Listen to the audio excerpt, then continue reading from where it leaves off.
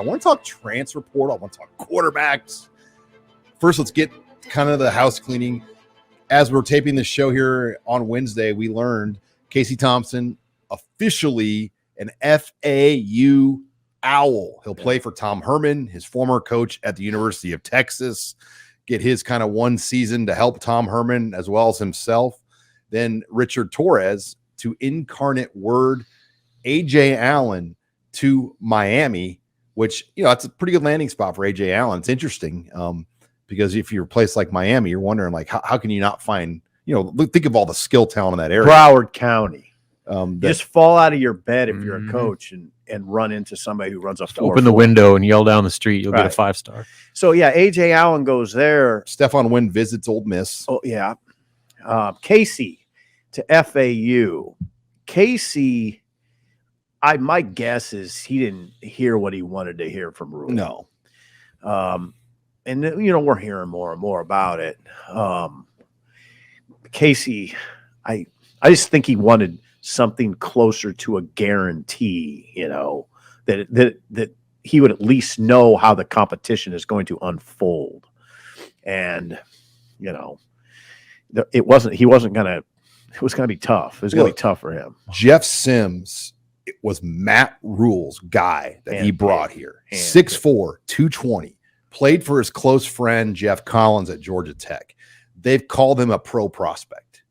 Is Casey Thompson a pro prospect? That remains to be seen. One other thing, Rob, before we get to Rob here, I want to hear what Rob says. But the other thing that Rhule, like we asked him about Smothers, and I asked him today, how much of it is that Logan can run? He goes, Rhule said right away, yeah, we're going to run the quarterback. So it's important. Mm-hmm. Casey, he can run, but you saw him last year. I thought he'd be a little bit better of a runner. Yeah, and the durability factor. He was beat up last year, and to have him go through that again for another full season if he were the starter, how long would he last in that style? So a lot of questions there. I think he ended up in a good spot for him. Do you?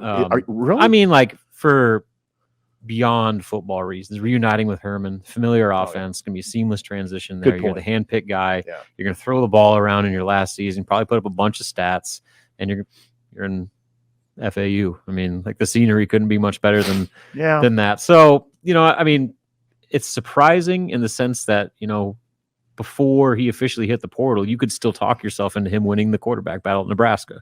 Now he's a Florida Atlantic Owl, which on the surface seems like a step down, but I think as far as what Casey wanted out of this final season of college football, he's getting a lot out of that destination, I think. I think you make a great point about Herman. There's a familiarity there. Herman, he committed to Tom Herman in 2017. Mm-hmm. It was Tom Herman's first big quarterback recruit at Texas. Yeah, so perfect fit systematically. But, he's going to go down there and play in front of 18,000 people. It'll be a bit of a shock to the system that way. It's hot. Think about how hot it is down there in September playing games too. Yeah. It's hurricane season down in Florida. It would be interesting. I've been to FAU. Their practice field literally sits next to an airport. Like there's a fence. Is that right? Is that right? Their private aviation airfield sits next to this fence, and the planes land during practice. But hey, he'll be playing at Clemson, at Illinois. So he'll get plenty of reps. It's a good and they're in the American Conference now, so they're no longer a Conference USA member. FAU is moving up. Which will be but is it moving up? What does that mean when the American lost all their good teams to the Big 12? Right. But yeah, he'll go there. Richard Torres, I think that's a good fit for him. Incarnate Word back in San Antonio, running an air raid offense. Did you run the air raid? That will fit his style. It's perfect. That's perfect. That's what he should be in. He's not a runner. He can run. He's athletic. He can run a little bit. It's a misnomer to say Richard Torres can't run. He can, but he's a passer. He's a pocket guy. Yeah. Now, Logan Smothers, I'll be curious on. Tell us what Rhule said. The door remains open, he said, for any of those three. But two of them already found homes. Right. But you just don't know. Maybe they can convince Logan if they can create a role for him. Because what are his options? I think the natural is could he go to South Alabama? Right near his home of Muscle Shores. He could go better than that, couldn't he? It's hard to say. It just does he have the arm talent to be an every down quarterback as a starter? I think that's the question. We know he's a Division I athlete. Question. I mean, he's a lot like Luke McCaffrey was. He's definitely a D1 athlete. Better passer than that. Passer than that. I think that. But as far as or he'll be playing receiver Rice too. I mean, but would Logan come back and play like a dual threat role of a wildcat, receiver, quarterback, kind of do a little bit of everything? Would he be interested in that? I don't know. I think I got to be honest. I don't know. I mean, we're speculating, but I would think that would be a hard sell. Like, we're just going to use you in a package, like a hybrid role. I would hope that he would say, no, I want to be a quarterback. I'm a quarterback. And if he's coming back, I think what you would sell him on is the fact that Jeff Sims has missed extensive time with injuries. He has. And thanks for saying so. That. I mean, like, it's not a sure thing, as we've talked plenty of times about him going wire to wire. And so the need for a backup quarterback is pretty high.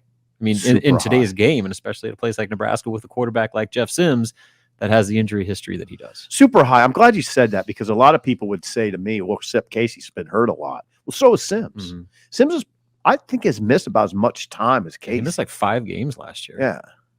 So, yeah. I don't know.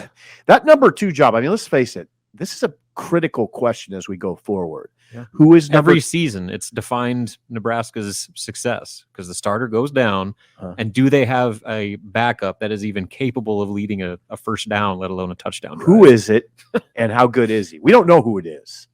It sounded today, Sean. I thought it sounded today like Harbor. I think it's a situational number 2.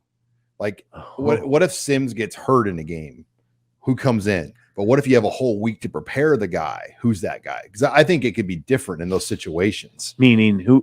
So if what are you talking about? Like, if Sims goes down, gets hurt in the third quarter, who you bringing in is different. Is that Chubba? Is Chubba more prepared for that than Harburg? If you gave Harburg a week to train as the starter, like, because I do think if you know someone's starting, you change the game plan. Right. Yeah. I see where you're coming from. That makes sense. I mean, what you're basically saying is Chubba has experience, right? That you could throw him in, say, in the second half against Louisiana Tech, in maybe a tight game at Memorial Stadium, where Heinrich might not be quite ready for all that on the spot, right? Chubba would be. Chubba's been at Michigan, started at Michigan. Is that basically what you're saying, Sean? Yeah. Okay. All right. As we wrap up transfer portal discussion talk, what about what's next? Will Nebraska take anyone else from the portal? And just talking to Matt Rhule on Wednesday, you get the sense that they're done. Like, I think they're looking. They've like everyone, they're looking. But I think the crop of players right now is nowhere near what it was in December. There's not much there, Rob. Especially for what Nebraska needs. They need linemen, and there's just no linemen. I mean, look at A.J. Allen. Do you think in December, someone like that could have gone to Miami? But all of a sudden, in a lesser pool, A.J. Allen and Alante Brown are getting big offers. I don't know this, but I don't know, guys, if A.J. Allen was above third string coming out of spring. Well, just based on the way the reps were. And how much time he missed with that injury, concussion, whatever it was. Well, just go through the guys. How much do they like Gabe Ervin? A lot. Okay, Anthony Grant. Would you put him ahead of Anthony Grant? No way. Not right now. Anthony Grant ran for 1,000 yards. I mean, 915. He's the most proven back in that room. Grant is. So Anthony Grant. And then how much do they like Ramir? As a Johnson. Yeah. They like him. As a multi-purpose guy. Yeah. And what you know what I like about this? You know what I like the most? Sorry to cut you off. It sounds like A.J. Allen moving means Ramir Johnson's a running back. That's right. Yeah. They're not gonna keep moving him around, are they? You'd hope not. Because otherwise he's not going to play. Right. He needs a role. The body language of A.J. Allen, too, sometimes it just didn't read very well. No, it didn't. I mean, and there was that clip that went around from spring ball of him and E.J. Barthel kind of getting into it in practice. And then he left. Well, he didn't leave. He was told to leave. But Sean, he was told to leave. There's a big difference. He didn't leave on his own accord, Sean. He was told to leave for the practice. Now, A.J. Allen ran in the spring game like a guy who was transferring. I didn't think he was cutting loose. I thought he ran like a guy that was like, okay, I can't get hurt here because I'm on the move. He ran like a guy that came here on promises, that those promises before no longer can be met. Ooh, I think that's probably true. He came here late. He was a late addition. He came here because of a new running backs coach that Nebraska hired. That guy's gone. The previous staff's gone. Whole new set of cards and different management. Yeah.